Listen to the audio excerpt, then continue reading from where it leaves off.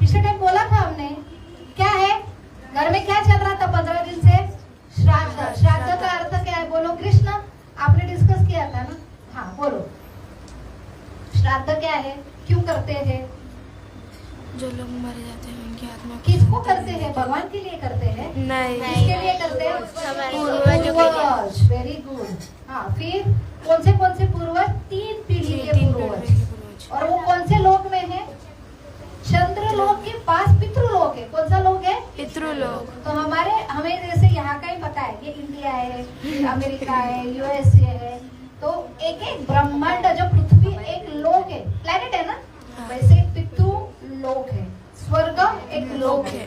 तो स्वर्ग और चंद्र के बीच में ये लोक आता है। कितना किलोमीटर बोला था मैंने? 80,000।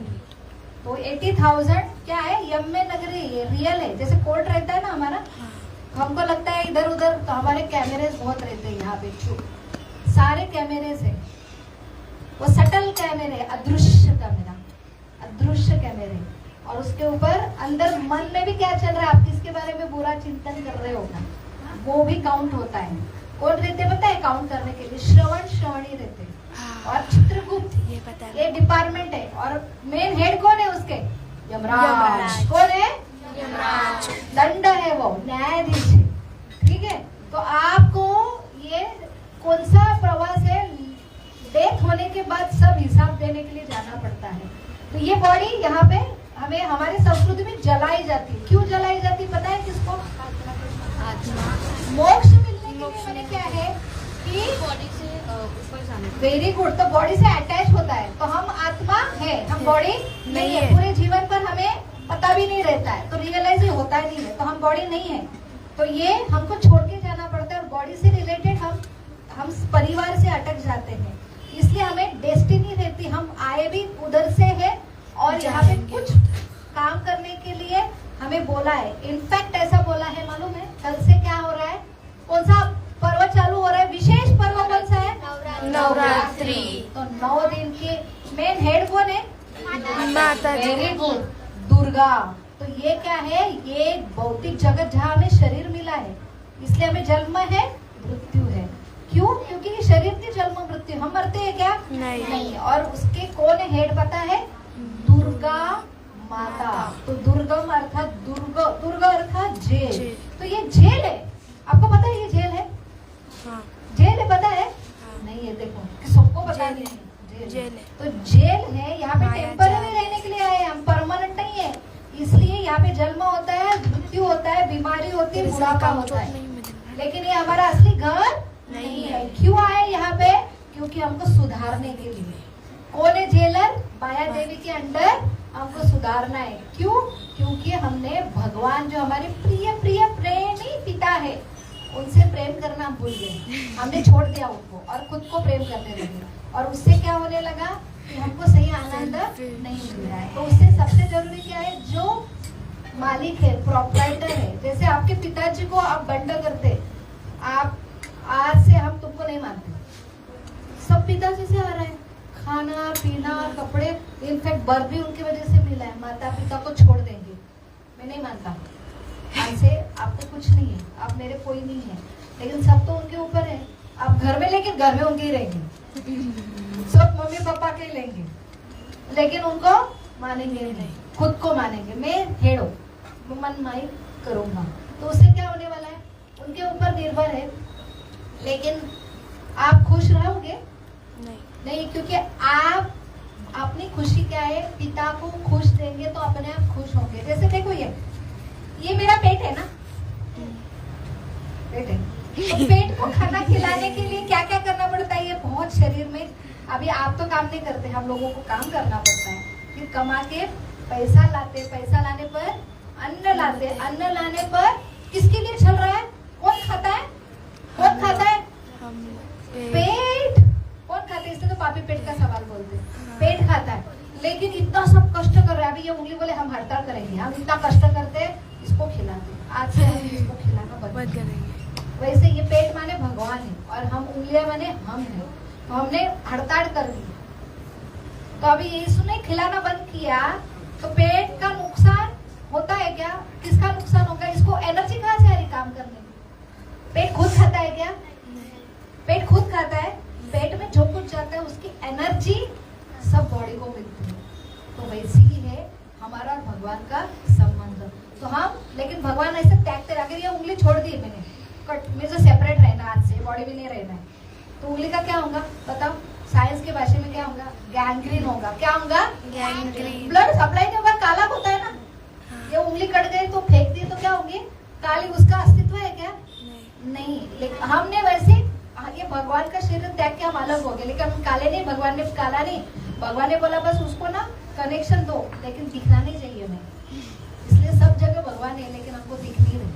तो ये इसके लिए हमको भगवान से प्रेम जब होगा तो भगवान दिखेंगे। और इसलिए हमको दुर्गा माँ, ये जेल का पूरा व्यवस्था है, और इसमें इतने दुख आते हैं क्योंकि हमने अपना ओरिजिन त्यागा है। भगवान सप्लाई कर रहे हैं लेकिन हमको दिख नहीं रहे। ठीक है, इसके लिए यज्ञ नगरी में जाना पड़ता है, क्योंकि सब भगवान का खाते हैं, है ना। तो उनका कर्जा है, कर्जा फेंकते नहीं। 5 कर्जे बोलते हैं, पूर्वजों का ऋण जिनकी वजह से बॉडी है, ऋषि मुनि का ऋण, देव देवता, हर देव देवता, अभी सूर्य देव की वजह से मुझे देखना है, मैं भाड़ा भरती हूँ क्या? आय का लाइट बिल भरती हूँ, हवा का लाइट बिल भरती हूँ, पानी का लाइट बिल भरती हूँ। कुछ भी लाइट नहीं भरेंगे, लाइट बिल कोई बिल नहीं भरेंगे, सरकार पकड़ के लेके नहीं जाएंगे आपको। वैसे हम कुछ नहीं करते। फिर हमको ना मृत्यु के बाद शरीर, यदि शरीर क्यों जलाया जाता है? क्योंकि हमको लगता है ये मेरा है, मेरा है, और हम यही अटक जाते हैं। हमारा आगे का डेस्टिनी नहीं होगा तो फिर क्या होगा? शरीर मिलेगा ही नहीं। तो आगे जाने के लिए हमको 14 दिन क्रियाकर्म करते हैं, छोटा छोटा बॉडी देते, पता है आपको? वो पिंड कर लेना, राइस का पिंड, तो वो शरीर देते हैं, क्योंकि अभी शरीर त्यागा है। शरीर जलता है तो आत्मा को दिखता है ये शरीर मेरा नहीं है, जल गया है, वो अनासक्त होता है। फिर आगे जाने के लिए अगर शरीर नहीं जला तो उधर ही शरीर के पीछे ये मैं हूँ। तो हमारे संस्कृति में ये है, क्योंकि हमारे संस्कृति में भूत बनने के चांसेस बहुत कम है, लेकिन बाकी के संस्कृति में बहुत सारे भटकते आत्मा इधर ही रहते, क्योंकि उनमें ऐसा संस्कार ही नहीं होता। हमारे संस्कार की वजह से हम भूत नहीं, अगली बॉडी मिलने के लिए ये डेस्टिनी में जाते हैं। और फिर प्रवास चालू होता है, 11 महीने का प्रवास, फिर वर्ष श्राद्ध होते हैं। वहां पे क्या होता है? हिसाब किताब मांगा जाता है, और हिसाब किताब के लिए कोर्ट में कितने सारे डेट रहते हैं ना, तो डेट मिलती नहीं, कितने लोगों की लाइन है वहां पे। तो वेटिंग एरिया रहते हैं, वो वेटिंग एरिया माने पितृलोक। कौन सा लोक है? पितृलोक। और पितृलोक में अभी गए 3 पीढ़ी के एंसेस्टर, और हमने बोला यही 15 दिन क्यों, रोज क्यों नहीं खाना खिलाना? बताओ तो। कुछ साइंस साइंस साइंस ऐसा नहीं, हमने पिछले टाइम, साइंस क्या है इसके पीछे बहुत बड़ा साइंस है। उल्टा इधर, हाँ, इधर के 12 घंटे, इधर के 6 महीने, इधर के 6 महीने, क्योंकि ऊपर का लोक है ना, तो ऊपर दिन क्या होता है? बड़ा रहता है, ये छोटा छोटा छोटा होता है। तो हमारे 6 महीने वहां के कितने हैं? 12 घंटे। तो 12 घंटे में सोते हैं, 12 घंटे में जगते हैं, और 12 घंटे में जो लंच का पीरियड होता है ना, वो 15 दिन होता है। समझ में है ना? दक्षिणायन और उत्तरायण पता है ना? उत्तरायण कहाँ से चालू होता है? मकर संक्रांति से। मकर संक्रांति में सवेरे 3 बजे होते हैं, तो मकर संक्रांति से अभी 6-7 महीने हुए, तो अभी बराबर लंच का 2 बजे 3 बजे का टाइम हुआ है। तो हमारे 15 दिन माने उनका 1 घंटा ही है, तो उनका लंच टाइम है। तो रोज का, हर साल में 15 दिन माने 12, वो दोपहर का लंच टाइम होता है। तो हमको, हम यहाँ से सप्लाई करेंगे तो उनको 1 दिन का माने हमारे वर्ष का उनका सप्लाई होगा। समझ में आया ना? समझे? Got it? हाँ। और उनको सप्लाई करने की तरीका कौन सा है? वैसा प्रसाद मैंने फूड नहीं खाते, क्योंकि शरीर तो नहीं है, उनके पास आत्मा है, मन बुद्धि अहंकार है। तो वो प्रसाद क्या है? भगवान का प्रसाद। अग्निदेव ट्रांसफर करते, उनके देवता को ने अर्यमा और कौवा, उनके थ्रू हम गाय को भी देते हैं ये 15 दिन में। तो उनके जो एंसेस्टर है गाय के रूप में आके खाते हैं, ब्राह्मण को देते तो ब्राह्मण के रूप में आके खाते हैं। ऐसे विशेष 15 दिन में ये दोपहर का समय है, उनको छोड़ा जाता है। और हम जो रिमाइंड कर रहे हैं अभी हमारे पूर्वज है, तो कनेक्शन कौन है? इंटरनेट। इधर क्लिप किसकी है? परमात्मा। हम याद करेंगे उनको खाना है, उनका श्राद्ध है, तो उधर उनको आर्यमा के हृदय में भी भगवान है और उनके हृदय में भी भगवान है। कनेक्शन इंटरनेट ऐसे वाईफाई ज्वाइंट होता है, ठीक है। और वो कनेक्शन में उनको प्रसाद मिलता है। हाँ, और प्रसाद से क्या होता है? उनकी गति फास्ट होती, पाप नष्ट होते हैं, तो हमारा कर्तव्य है ना। तो ये समझा अभी कल से क्या होने वाला है, नवरात्र। प्रतिपदा, पहली माळ, दूसरी माळ, तीसरी माळ, चौथी माळ, 5वी, 6वी, 7वी, 8वी, 9वी, 10वी, 10व्या दिवशी काय होणार आहे, दशहरा। दशमी माने दशमी, विशेष दशमी है, दशहरा है। कौन सा है, दशहरा। दशहरा है। और फिर क्या है इसके पीछे सिग्निफिकेंस पता है, दुर्गा माँ बहुत क्या डिफेंस मिनिस्टर है। कौन सी डिफेंस मिनिस्टर है, डिफेंस माने राक्षसों को मारती। कौन से राक्षसों को मारी बताओ नवरात्र में। पहले 3 दिन दुर्गा माता, बीच के 3 दिन लक्ष्मी माता, लास्ट के 3 दिन सरस्वती माता। तो दुर्गा माता क्या प्रतीक करते हैं, हमारे हृदय में। राम भगवान कब आएंगे, 10वें दिन आएंगे। 9 दिन ये सारा संहार होने के बाद पहले 3 दिन हमारे हृदय में कौन से राक्षस है बताओ तो, काम, क्रोध, लोभ, मत्सर। ये कहाँ से आते पता है, क्योंकि हमने भगवान से प्रेम करना छोड़ दिया। हमसे प्रेम, मुझे बड़ा बनना है, तो मेरे बीच में कोई भी आएगा तो वो काम, क्रोध, लोभ, मुझे गुस्सा आएगा। काम मैंने इससे भी मुझे ज्यादा, क्योंकि बड़ा बनना है। तो इसकी वजह से इतने सारे राक्षस है। तो हमको दुर्गा माता की उपासना कल से क्यों करना चाहिए कि मेरे हृदय में काम, क्रोध, लोभ, मोह, मत्सर ये राक्षस है ना, वो बैठे। वो दुर्गा माता की उपासना से राक्षस अंत होता है, और राक्षस खत्म होते हैं अंदर के, तो फिर लक्ष्मी माता का प्रसन्न होते, मेरे गुण होते। कौन से गुण, दया, प्रेम, क्या है, भक्ति, सेवा। हाँ, तो ये सारे जो गुण है ना, अच्छे गुण कौन देती है, लक्ष्मी माता। और अच्छे गुण आएंगे तब आध्यात्मिक ज्ञान सरस्वती माता देती है। तो ये विशिष्ट, और जब आध्यात्मिक ज्ञान समझने लगता है ना, भगवान कौन है, मैं कौन है, मेरा उनका संबंध क्या है, मैंने क्या करना चाहिए, उनकी सेवा करनी चाहिए, तब जाके प्रभु रामचंद्र आते तस्वीर में। समझ में, ये साइंस है। तो अभी दुर्गा माता ने कौन से राक्षस को मारा, महिषासुर और रक्तबीज। Very good. और वे अलग अलग रूप कैसे धारण की, महिषासुरनी और रंभा, कुरंभा और काली। वो अलग अलग रूप धारण करके उन्होंने मारा था। हाँ, तो और कैटव मालूम है ना, दुर्गा माता के पाठ में आता है ना। तो वहाँ पे अलग अलग कल्प में अलग अलग, आप बोलेंगे अलग अलग, तो अलग अलग कल्प में बहुत सारे ब्रह्मांड है, और कल्प में अलग अलग। यहाँ पे अभी कलयुग चल रहा है, दूसरे ब्रह्मांड में सतयुग चल रहा है। वहाँ पे सतयुग की ये स्टोरी है। तो वो इसमें अलग अलग, इसमें और दूसरी जगह सतयुग चल रहा होगा। तो अलग अलग ब्रह्मांड में अलग अलग कल्प में अलग अलग राक्षस होते हैं।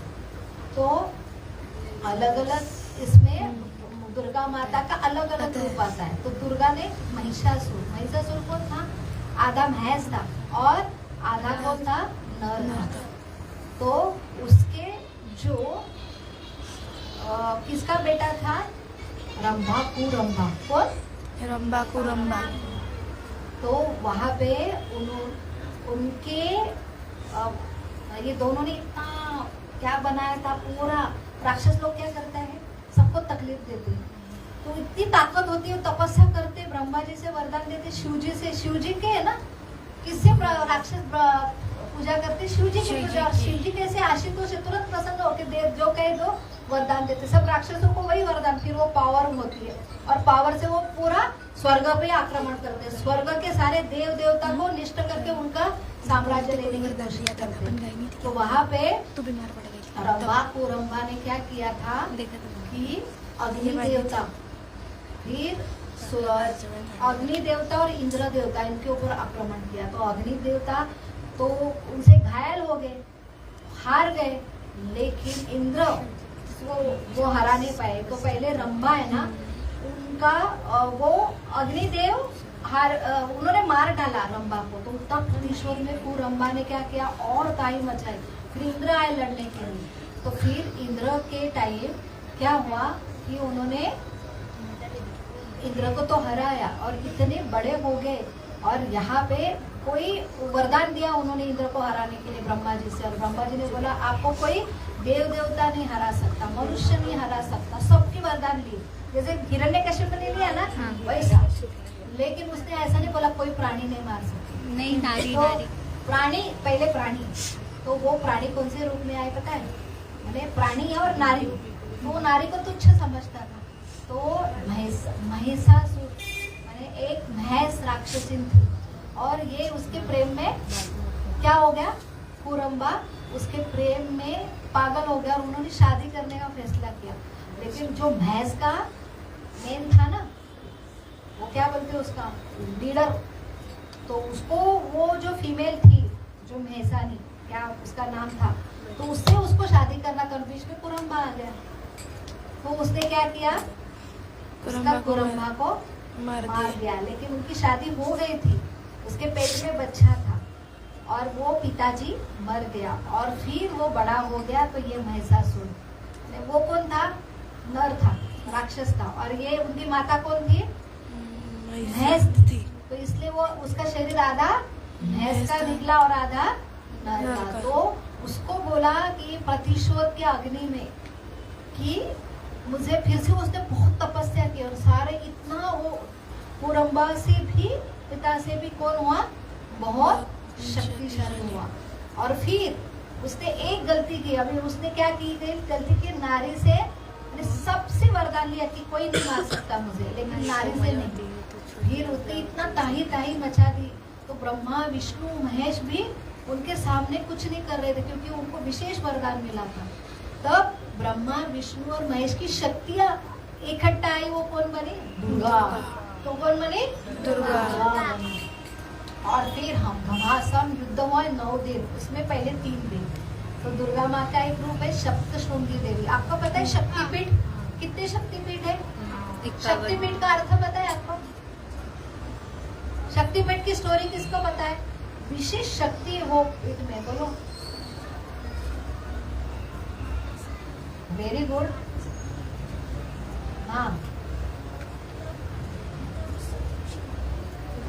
हाँ,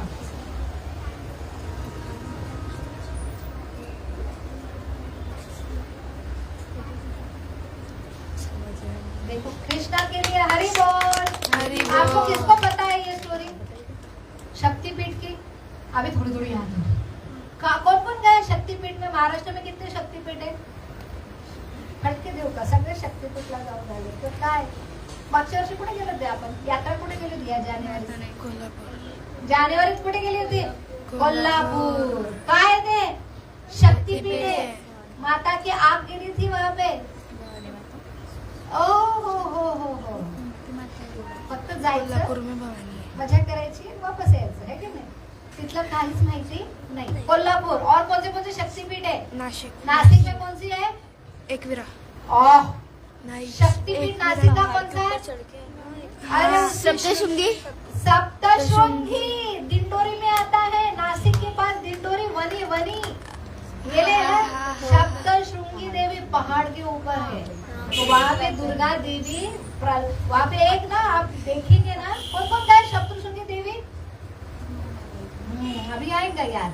वहाँ पे पहाड़ है ना, तो वहाँ पहाड़ पे ऐसा होल दिखाई देगा, और वो होल से दुर्गा माँ गई थी। भाग गया था वो राक्षस, उसको लांग के वो गई थी। और वहाँ पे दुर्गा माँ कैसे लाल लाल है, देखे क्या आपने? पूरी लाल, क्योंकि वहाँ पे ना संहार हुआ था, और वही नवरात्र में संहार हुआ था, और उन्होंने वहाँ पे हाथ खून से भरे हुए हाथ धोए थे, इसलिए वहाँ से सिंदूर लेके आते थे, कुंकू, हळद आणि कुंकू, हे सप्तशृंगीचं। तो सप्तशृंगी माता दूसरी। 3.5 शक्तिपीठ म्हणजे 4 शक्तिपीठ होना चाहिए। एक कोल्हापुर बोला, शक्तिपीठ बोला, सप्तशृंगी बोली। तीसरा कौन सा है? अरे बेसिक महाराष्ट्र में शक्तिपीठ पता नहीं, शक्तिपीठ क्यों तैयार हुए? क्या स्टोरी बताया, बताओ तो अभी। कृष्णा ने क्या बोला? सुना ही नहीं। माता सती कौन थी? हाँ, और पार्वती कौन है?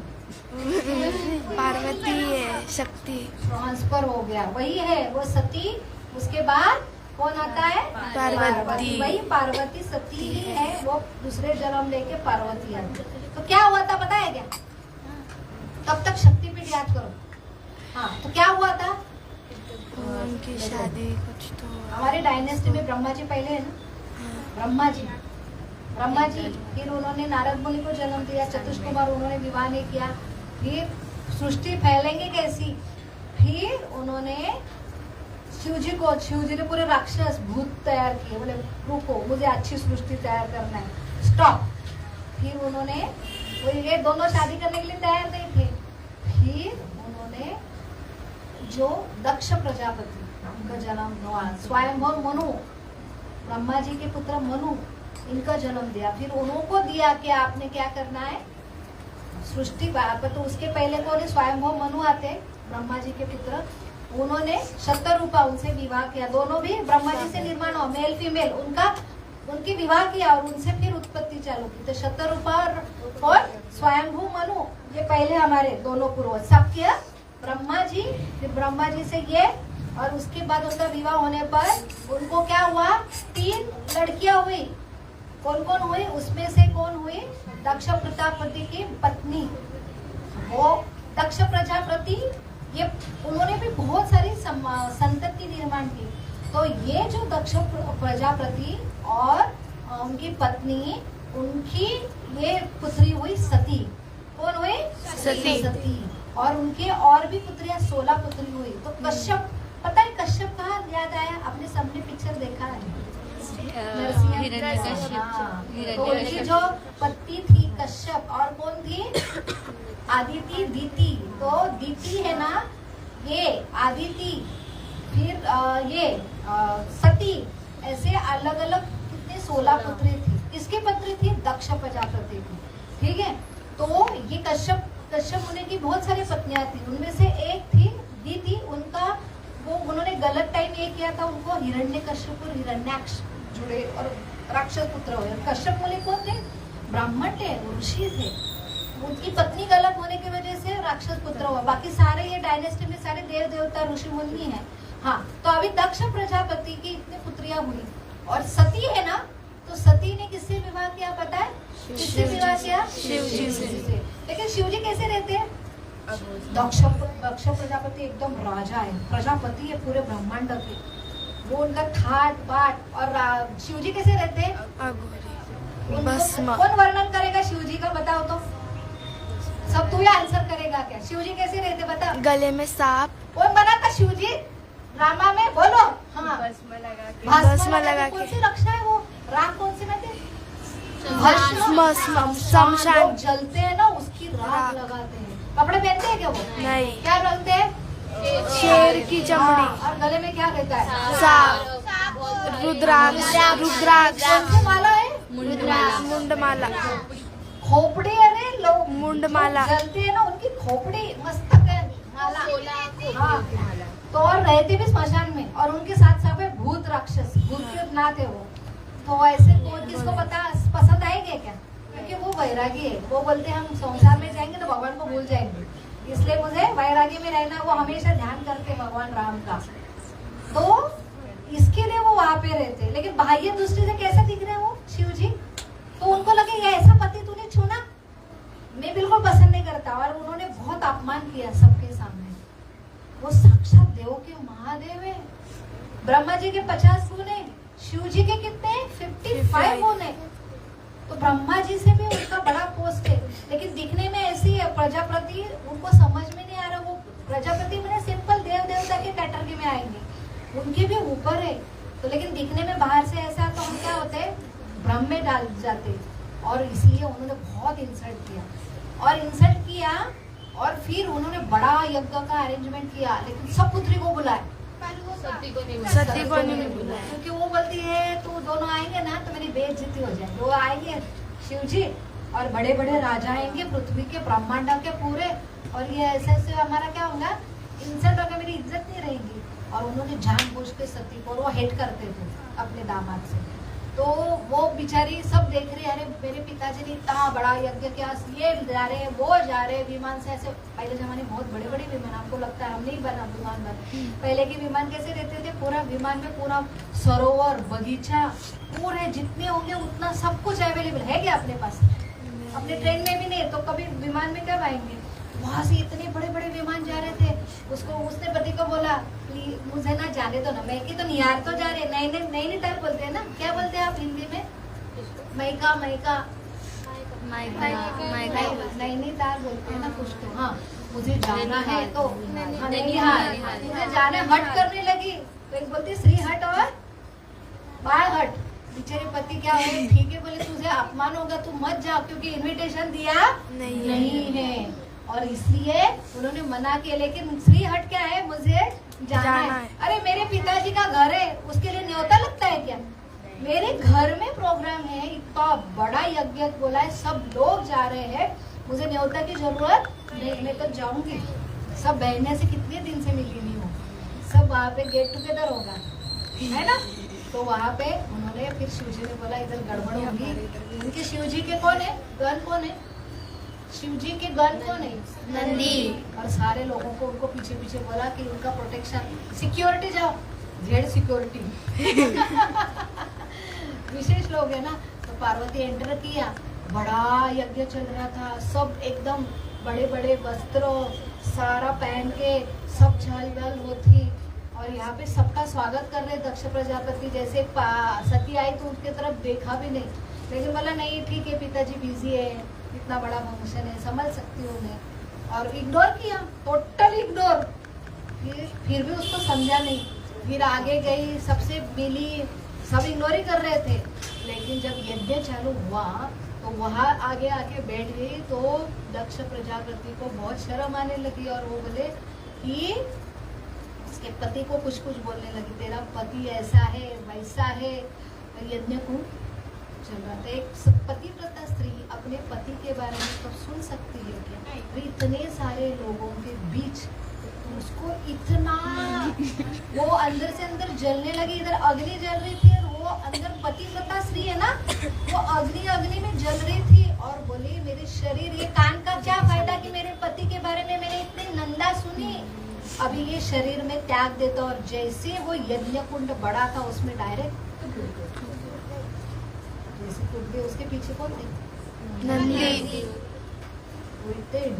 उन्होंने देखा कि हमारे स्वामी की अर्धांगिनी, ये देव के महादेव और ये दुर्गा माता सबकी माँ है, उसने ऐसा कर लिया। तो इतने गुस्सा हो गए, भगवान शिव जी को भी समझा। शिव जी इतना गुस्सा, शिव जी आने के पहले ही नंदी के साथ वाले जो कौन थे, उन्होंने नहीं सारे भी वो थे, उन्होंने एक ऐसे गाड़ी से इतने राक्षस तैयार किए और इतने राक्षस हो गए कि सबको दे धुलाई को पिक्चर में देखा तो पिक्चर वाले हमारी कॉपी करते संस्कृति, हमारे पूरी स्टोरी की, ये ऐसे दे धुलाई सबको कुंडे में डाल रही, जैसे उसका मुंडी पकड़ रही, जिसकी ये पड़ रही, बड़ी यज्ञ बाजू में रहा, वहाँ पे इतना डेंजर फाइटिंग। और उसके बाद आ गए शिव जी का दूसरा नाम क्या है, अरे रुद्र है। वो रुद्र का अर्थ क्या है, क्रोध। और उसके लिए वो प्रलय के लिए है, जब पूरा सृष्टि, ये क्या है, जगत टेम्पर, शरीर में टेम्पररी है, शरीर का मृत्यु होता है ना, वैसा पूरे सृष्टि का सतयुग, त्रेतायुग, द्वापरयुग, कलयुग, फिर प्रलय है। ऐसे 4 युग कितने बार होंगे, 1000 बार होंगे। ब्रह्मा जी के 12 घंटे होंगे और 1000 बार होंगे ब्रह्मा जी के 12 दिन घंटे हो गए। ब्रह्मा जी का एक दिन के बाद पहले रात्र होती ना, फिर से महाप्रलय होते, फिर ब्रह्मा जी के 100 वर्ष होते हैं ना, इतना प्रलय होता है। तो ये प्रलय के पहले क्या होता है पता है, रुद्र। ये प्रलय कौन करता है, रुद्र। पहले अग्नि, फिर उसके बाद पानी आता है। तो नष्ट करने वाला कौन है, भगवान शिव जी का। तो उन्होंने रुद्र धारण किया। अभी सृष्टि रहेगी क्या, अभी कलयुग में सतयुग ही चला था, लेकिन अभी त्राही त्राही त्राही। और उन्होंने फिर अपने पत्नी का जला हुआ, क्योंकि वो अपने पति शिव तांडव के इतना वो विरह महसूस कर रहे थे, और उन्होंने करके वो तांडव, अभी पूरी सृष्टि नष्ट होने वाली है, तांडव चालू हो गया।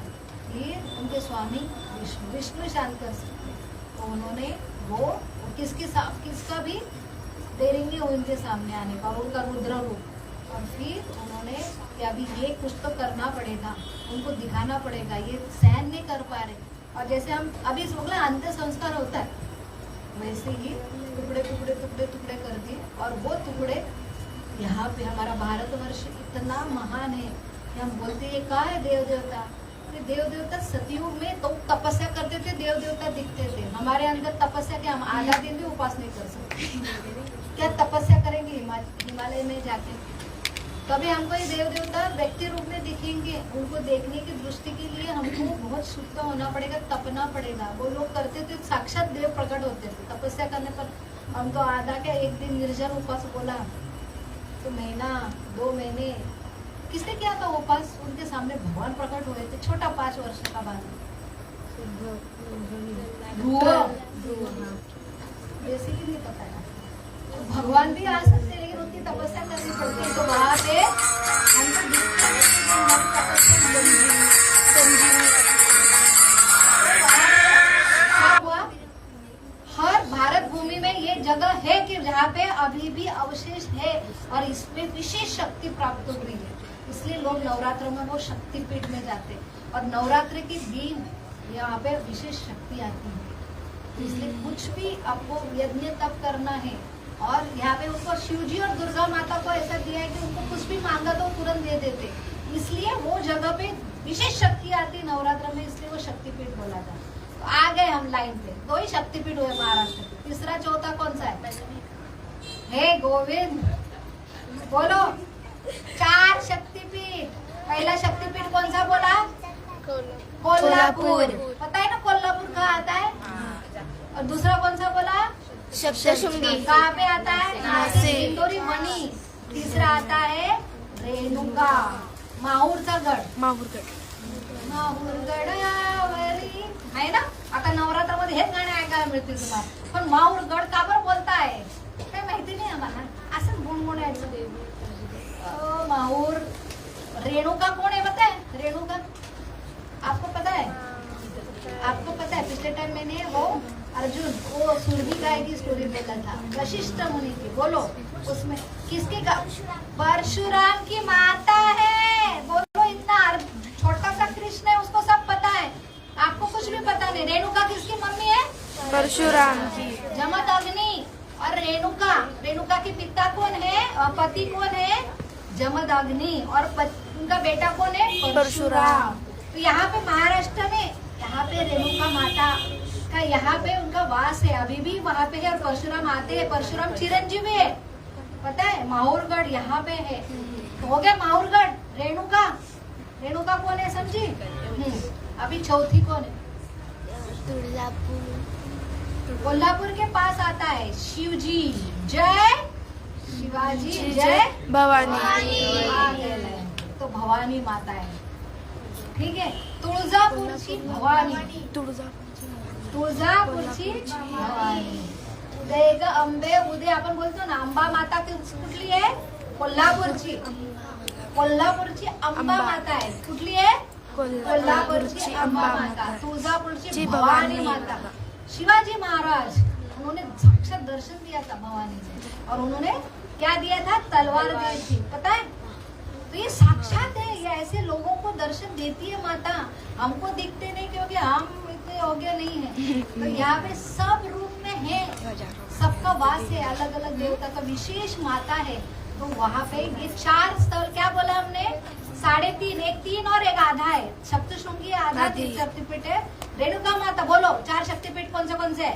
कोल्हापुर, सप्तशृंगी, रेणुका, तुळजापुर।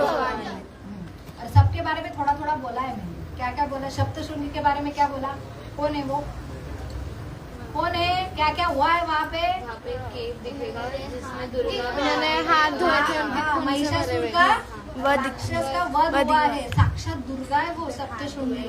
और उन्होंने खून के हाथ धोए, पूरे लाल लाल है एकदम, ठीक है। दूसरा कौन बोला मैंने? कोल्हापुर की अंबा माता। अंबा माता, कोल्हापुर की अंबा माता साक्षात महालक्ष्मी है। वो कौन है? ये दुर्गा है। वो कौन है? महालक्ष्मी। महालक्ष्मी है साक्षात, मैंने वैकुंठ में जो लक्ष्मी है ना, ये वही है महालक्ष्मी। अंबा माता है। वहाँ पे दुर्गा माता के आंख गिरी थी, यहाँ पे उंगली गिरी थी। कहाँ पे? सप्तशृंगी माता थी। फिर तीसरी कौन सी बोली मैंने? रेणुका, माहूरगढ़। उसका क्या बोला है? रेणुका कौन है? परशुराम की। परशुराम की माता माता। जमदग्नि की पत्नी। वहाँ स्टोरी पता है क्या आपको? वहाँ की कैसे आ गई वो रेणुका? तो वहाँ पे जो परशुराम है वो है ब्राह्मण, मम्मी की लेकिन उनके डेथ हो क्षत्रिय का जाती खून है, है। क्योंकि उनके मम्मी ने फल उल्टा खाया था। मैंने उनको पहले ऋषि मुनि को फल, अगर तो प्रभु रामचंद्र को कैसा फल मिला था? उनकी माता को बच्चे नहीं हो रहे थे तो ऋषि मुनि ने दिया था, 4 टुकड़े टुकड़े करके दिया था ना। तो राम हुए, फिर भरत हुए, लक्ष्मण शत्रुघ्न हुए। तो वैसे ही परशुरामा की मम्मी के मम्मी, तो वहाँ पे उन्होंने उनकी जो बेटी थी, उनकी बेटी ने, वो क्षत्रिय थे राजा, उनकी बेटी ने ब्राह्मण से विवाह किया था। तो ब्राह्मण के विवाह किया था और उनको पुत्र नहीं हो रहा था, तो उनको उनके पिता ने क्या दिया था, पति ने, कि ये फल खाओ, आपको क्या होगा, ब्राह्मण पुत्र होगा। तो उसने माता ने बोला कि मुझे भी पुत्र, पहले माता और बच्चे एक साथ प्रेग्नेंट होते थे, वैसे थी टेंडेंसी। तो वहाँ पे उनकी माता ने बोला मुझे फल चाहिए, लेकिन उसको बोला पुत्री है ना, तेरे पति इतनी तपस्या करके फल मिला तो तेरे में विशेष होगा, तेरा पुत्र विशेष होगा। उसने चुरा लिया पुत्री का, वो ब्राह्मण होने वाला था, वो खुद खा लिया। वो जो क्षत्रिय थी, और क्षत्रिय का फल किसको दिया, पुत्री को। तो हुआ क्या, ब्राह्मण जो लड़की थी उसको क्षत्रिय पुत्र, और इसको कौन हुआ, ब्राह्मण। लेकिन जब पता चला उनके दामाद को, तो बोले ऐसा होने वाला है, तो वो मत क्षमा मांगती थी, लेकिन वो होने वाला है, लेकिन ये नेक्स्ट जनरेशन में होगा। तो तुरंत नहीं हुआ, उनके बच्चे के बच्चे को हुआ। इसलिए ब्राह्मण होके भी जमदग्नि को परशुराम एक क्षत्रिय पुत्र हुआ। और विश्वामित्र ये कौन थे, ब्राह्मण थे, वो क्षत्रिय के रूप में गए। समझा ये स्टोरी ये हुई कि एक दिन रेणुका माता, वो बहुत पतिव्रता थी, एक दिन पानी भरने, पहले लोग ना इतनी तपस्या करते थे ऋषि मुनि, तो उनको पानी भरने के लिए सवेरे 4 बजे पानी लेके आती थी, कहाँ पे, नदी से। और वहाँ पे उनको लेट हो गया, क्योंकि एक दिन वो गंधर्व कोई तो आया था नदी में, और वो देखते ही रहेगी, और जैसे देखती रही उनको तुरंत समझा ये क्यों लेट हो रही जमदग्नि, और उन्होंने ऐसा दिव्य दर्शन किया, तो वो गंधर्व देख रही थी। तो उन्होंने, पति ने बोला कि तू पतिव्रता स्त्रियों के गंधर्व देखने लगी, और उसने तुझे महापापी है। तुरंत क्या किया, मतलब शरच्छेद, क्या किया, शरच्छेद उन्होंने नहीं किया, उनके पुत्र को ऑर्डर दिया, बोले तेरा पुत्र ही खुद तेरा तुझे मारेगा। तो सबको बोला, लेकिन कोई माँ को मारेंगे क्या, 4-5 भाई थे परशुराम। हाँ ठीक है, 2 मिनट का सामने। तो परशुराम ने क्या किया, उनको माता से इतना प्रेम था, तो उन्होंने क्या किया कि बोला कि मैं ये जो है कि मैं कार्य करूंगा, लेकिन उनको कुछ तो मुझे वचन देना पड़ेगा। तो उन्होंने शरच्छेद किया, लेकिन उनके जमदग्नि, उनके पिता को इतनी कैपेसिटी थी वो फिर से लगा सकते थे। तो उन्होंने अपने माता को फिर से उन्होंने वरदान दिया, ठीक है। तो ये इतना परशुराम और रेणुका माता, और वहाँ पे आके वो रहने लगी, कहाँ पे, वो एरिया कहाँ पे, अरे बोला, माहूरगढ़। अरे 51 शक्तिपीठ है, 52 शक्तिपीठ है। मैं पूरे शक्तिपीठ पूरे पंजाब के, हरियाणा के, यूपी के, एमपी के सब शक्तिपीठ बताएंगे, तो उधर क्या होगा, नवरात्र इधर ही होंगे, नवरात्र। तो उनको 4 शक्तिपीठ दी आ रही, ठीक है। भवानी क्या है, खुद पार्वती, कौन है, पार्वती। हाँ, और वहाँ पे जंगल में खुद अभी भी आती है, वो शिव जी की पार्वती है। उन्होंने वहाँ पे परीक्षा ली थी, पता है, प्रभु रामचंद्र तड़प रहे थे, सीता माता का अपहरण हो रहा था, सीधे सीधे सीधे तुम कहाँ हो, वहाँ दंडकारण्य में तड़प रहे थे। तो पार्वती देख रही थी, बोले ये भगवान है, ऐसे क्यों रो रहे भगवान हो गए, लोग आक्षेप लेते ना, लेकिन वो उनका क्या था, लीला थी। और वहाँ पे उनको नहीं समझ रहा था कि सीता कहाँ गई, और सीता को उनका वजह से, उनका प्लान से रावण को मारने के लिए उनका अपहरण हुआ है। तो रावण को मारने के लिए क्या बहाना था, तो प्लान था, लेकिन वो वीरा में तड़प रहे थे। तो वो क्या करी, पार्वती माँ है ना, यही दंडकारण्य में, यही भवानी, वो सीता माता का रूप लेके और बोले, नाथ मैं तो आपकी सीता, क्यों आप रो रहे हो।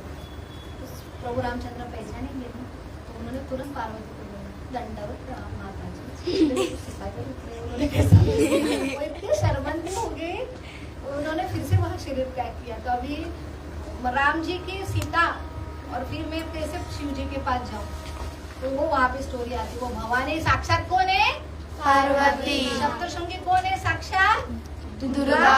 माता जिन्होंने महिषासुर का वध किया। रेणुका कौन है? साक्षात रेणुका कौन है? परशुराम की मम्मी। जमदग्नि की पत्नी।